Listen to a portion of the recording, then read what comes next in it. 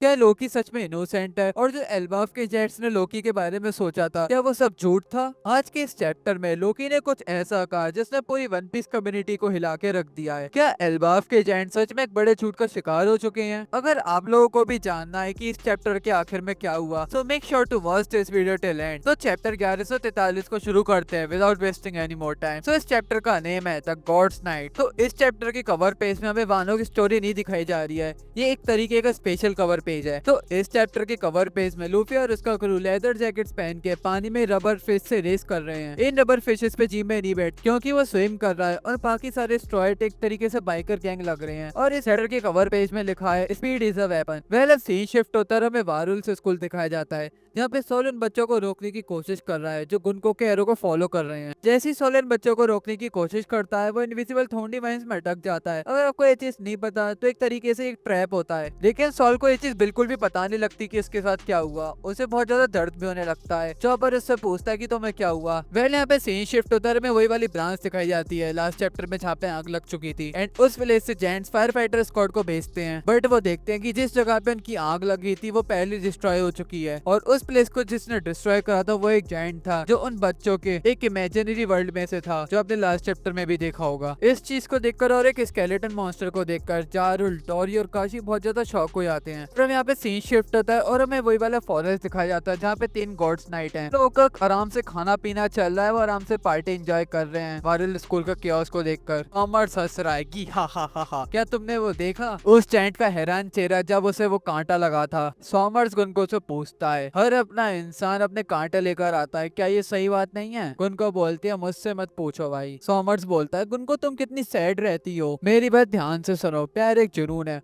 और ये जुनून तुम्हें कांटों से भी गले लगाने पे मजबूर कर देता है। जैसे जैसे वो और ज्यादा दिखने लगेंगे, बस ये गेम पेरेंट्स और बच्चों के साथ खेलो, ये और भी बेटर हो जाएगा। बच्चे अपने बुरे सपनों की वजह से कांटों से डरते हैं और उनके माँ बाप अपनी चीखों से इसे और भी ज्यादा खतरनाक बना देंगे। और जैसे सॉमर्स बोल रहा होता है उसके हाथ पे थॉर्न डिवाइन्स अपीयर होती हैं। इसका मतलब यही है जैसे कांटे वाली टहनी होती है। एंड थॉमर्स के डेविल फ्रूट का नेम भी रिवील हो जाता है, इसका नाम है ईबा इबानोमी और ईबारा का मतलब है थॉर्नी फ्लावर। वेल मैं इतना डिटेल्स में नहीं जाऊंगा, बट ये समझ लो कि सॉमर्स कांटे वाली टहनी को कंट्रोल कर सकता है। गिलिगम गुनको से पूछता है गुनको तुम उन बच्चों को कौन से रास्ते से लेकर आ रही हो? गुनको बोलती मैं उन्हें ना मेन रोड से लेकर आ रही हूँ। फिर हमें एक एल्बाफ का छोटा सा मैप दिखाया जाता है जहाँ पे वारुल school, owl library, western village and harbour है। फिर गुनको गिलिगम से बोलती है लेकिन उन्हें उस रास्ते पे भेजने का मतलब है कि वो सीधा ओशन क्लाउड्स में पहुंच जाएंगे जो मैंने गाँव में देखा था। फिर सॉमर्स गुनको से बोलता है सेंटर में रहने का मतलब खतरा मोल लेना, ये कड़वी सच्चाई है, खासकर तब जब तुम हिल भी नहीं सकते अपनी मर्जी से। गिलिगम सॉमर्स से बोलता है सॉमर्स मुझे नमक चाहिए। फिर सॉमर्स सो जाता है और अचानक से सॉमर्स के सिर के ऊपर एक क्लाउड अपीयर होता है एंड हमें दूसरे पैनल में गिलिगम के डेविल फ्रूट का नाम पता चलता है। इसका नाम है रियोरियोनोमी, मिथिकल जुआन, मॉडल कीरिन। एंड इस डेविल फ्रूट की एबिलिटी तो हम सबको पता ही है, सपने मैनिफेस्ट करना। एंड सॉमर्स गिलिगम से बोल रहा होता है ये वही वाले डेविल फ्रूट की एबिलिटी है ना जिससे तुमने उन बच्चों के सपने को रियलिटी में बदला है? गिलिगम बोलता है ऑफ कोर्स ये मेरी एबिलिटी है और मैं इस एबिलिटी को कई बार यूज कर सकता हूँ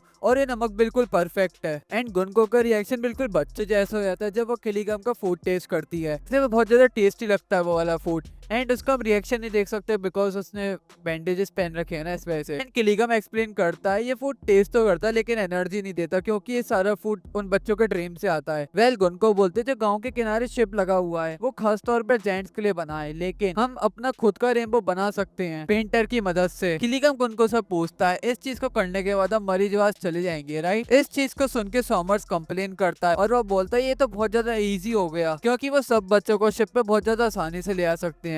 लेकिन गुनको बोलती है यहाँ पे कुछ अनएक्सपेक्टेड भी हो सकता है क्योंकि स्ट्रॉ हेड योनको ऑफ द सी इस आइलैंड पे है। वेल वो एक दूसरे से बात ही कर रहे होते हैं कि वो नोटिस करते हैं कि वो सारे बच्चे इस एरिया में आग लगी हुई थी उस एरिया में जा रहे हैं। सॉमर्स बोलता है अगर एक ग्रुप गेम क्लियर नहीं कर सका तो अगले ग्रुप को मौका मिल जाएगा। वेल अब सीन शिफ्ट होता है अंडरवर्ल्ड पे जहाँ पे लोकी सबको मारने की धमकी दे रहा है। लोकी बोलता है तुम सब में से यहाँ पे कोई भी नहीं है जो मुझे रोक सकता है, तुम मेरे एक हथौड़े को भी नहीं उठा सकते हो। वेल लोकी के वेपन का नाम है रैगनीर। वेल वहाँ पे जायंट्स बोलते हैं लोकी से, हम सन रेल में से तुम्हारा विक्टिम किसी को बनने नहीं देंगे। लोकी बोलता है तुम्हें लगता है कि वहाँ पे कोई विक्टिम्स नहीं होंगे, वहाँ पे बहुत सारे विक्टिम्स होंगे। जो आग लगी थी वो बहुत जल्दी से फैल रही है। अब ये चीज तुम्हें चूज करनी है, अपने हथियार फेंको और मुझे यहाँ से जाने दो। इससे पहले लोकी और कुछ बोल पाता, उसकी तबीयत और ज्यादा खराब होने लग जाती है। लोकी में फिर से जान आती है और लोकी बोलता है मैं यहाँ पे एक बंदे को भी नहीं छोड़ूंगा, मैं सबको मार दूंगा सन रैम में से। लूफी को थोड़ी लोकी की चिंता होने लग जाती है। वो बोलता है इसकी हालत बहुत ज्यादा खराब है और अगर हमने इसे जल्दी से डॉक्टर के पास नहीं लेकर गए तो वो मर भी सकता है। जैसे ही हजरुद्दीन लोकी का ये वाला थ्रेट सुनता है वो डर जाता है और वो बोलता है अच्छा अच्छा हम समझ गए। फिर जोरो हजरुद्दीन से बोलता है हजरुद्दीन इसके ट्रैप में मत फंसो, ये सिर्फ खाली धमकियां हैं। लूफी बोलता है लगता है मेरे पास कोई रास्ता नहीं है, मैंने प्रॉमिस करा था अगर तुम यहाँ पे कुछ भी गलत करोगे मैं तुम्हें यहाँ पे नॉकआउट कर दूंगा। एंड बहुत टाइम बाद लूफी एक अपनी नई टेक्निक यूज करता है, यूडे फ्यूजन आर्म बैलून से जैपनीज में हॉर्न फ्यूजन भी बोलते हैं, इसका मतलब है बोन बैलून। लूफी बस अपने एक हाथ को इन्फ्लेट करता है और लूफी लोकी पे एक पंच मारता है हल्का सा और लोकी यहाँ पे बेहोश हो जाता है। ये चीज देखने के बाद जोरो बोलता है वो पहले से ही मरने वाला है एंड ये सारी चीजें सिर्फ नाटक थी जिससे कि वो एस्केप कर सके यहाँ से। फिर लूफी वहाँ पे सारे जेंट से बोलता है कि लोकी की मदद करो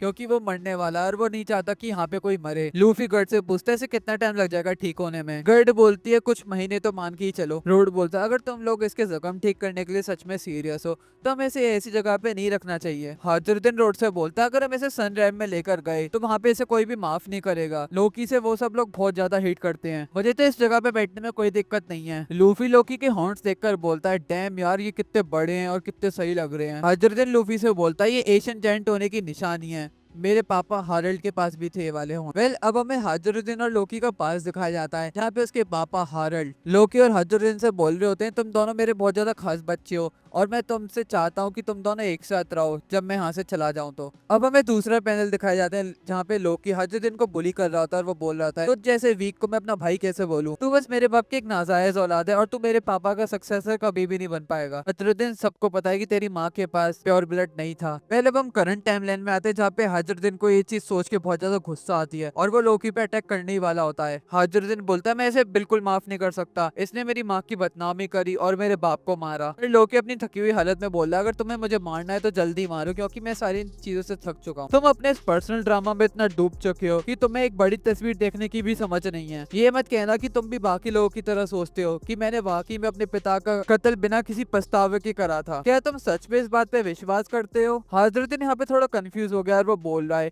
लोकी कहना क्या चाहता है मुझसे, और ये वाला चैप्टर यहीं पे खत्म हो जाता है। वेल चैप्टर खत्म हो गया लेकिन मेरे पास कुछ है इस चैप्टर से रिलेटेड। वेल यहाँ पे मुझे लगता है कि किंग हरल्ड को भी गॉड्स नाइट ने इनवाइट करा था but unlike Loki king Herald ने ये चीज एक्सेप्ट कर ली थी और ये भी हो सकता है कि वो पहले से ही गॉड्स नाइट था। शायद से ये भी हो सकता है कि उसे थ्रेटन करा गया हो, लाइक अगर वो गॉड्स नाइट ज्वाइन नहीं करेगा तो एल्बाफ को डिस्ट्रॉय कर दिया जाएगा वर्ल्ड गवर्नमेंट के द्वारा। एंड अगर आपको याद हो चैप्टर 1140 1141 में आई गेस जहाँ पे सोमर शैमरॉक से बोलता है कि तुम्हें किंग हरल्ड की ग्रेव देखने जानी है क्या, इससे हम ये सोच सकते हैं कि वो पहले से किंग हरल्ड को जानते थे एंड इसी वजह से लोकी को किंग हरल्ड को मारना पड़ा क्योंकि लोकी नहीं चाहता था कि एल्बाफ वर्ल्ड गवर्नमेंट के साथ अलायंस बनाए। एंड मुझे लगता है कि इसी वजह से लोकी की बाउंटी 3 बिलियन है, सेम एज एम्परर। अब तक क्या सोचना है इस चीज के बारे में, make sure to tell me in the comment. और अगर आपने इस वीडियो को यहाँ तक देखा और अगर आपके वाली वीडियो अच्छी लगी तो make sure to subscribe this channel and like this video. See you in the next video, for now bye bye.